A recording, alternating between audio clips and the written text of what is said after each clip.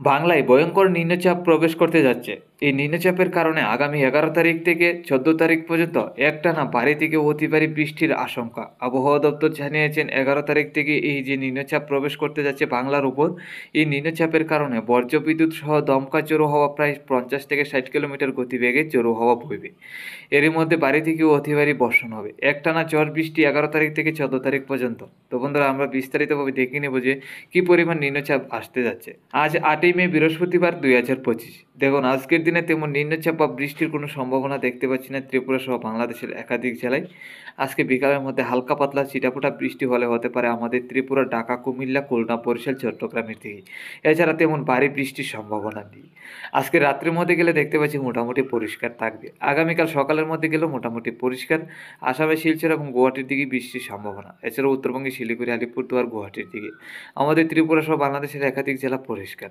তো বন্ধুরা, আগামীকাল থেকে মোটামুটি আবহাওয়া পরিষ্কার থাকবে ১১ তারিখ পর্যন্ত। তারপর ১১ তারিখ বিকাল থেকে দেখুন নিম্নচাপ হালকা পাতলা প্রবেশ করবে আমাদের ত্রিপুরা, বাংলাদেশের সিলেট, ময়মনসিংহ, আসামের শিলচরের দিকে।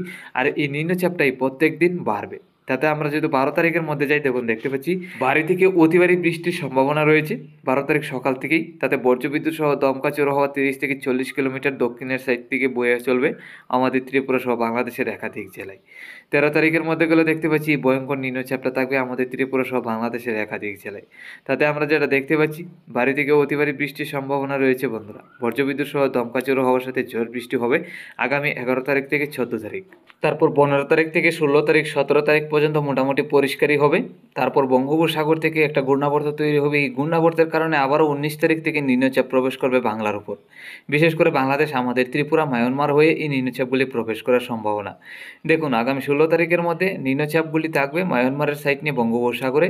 আমাদের দক্ষিণবঙ্গের দিকে মোটামুটি নিম্নচাপ কিছুটা কমই থাকবে। তারপর ১৮ তারিখের মধ্যে গেলে নিম্নচাপ বঙ্গোপসাগর, মায়ানমার, বাংলাদেশ এবং আমাদের ত্রিপুরা রাজ্যের দিকে কিছুটা থাকার সম্ভাবনা আছে। ১৯ তারিখ থেকে ২০ তারিখের মধ্যে গেলে দেখুন বঙ্গোপসাগর থেকে মায়ানমার এবং বাংলাদেশের উপকূল ধরে এগিয়ে আসবে নিম্নচাপগুলি বঙ্গোপসাগর থেকে। ২০ তারিখ থেকে ২২ তারিখের মধ্যে এই নিম্নচাপগুলি সম্পূর্ণটা ছড়িয়ে পড়বে মায়ানমার, ত্রিপুরা, বাংলাদেশ, এছাড়া উত্তরবঙ্গের জেলাগুলির দিকেও।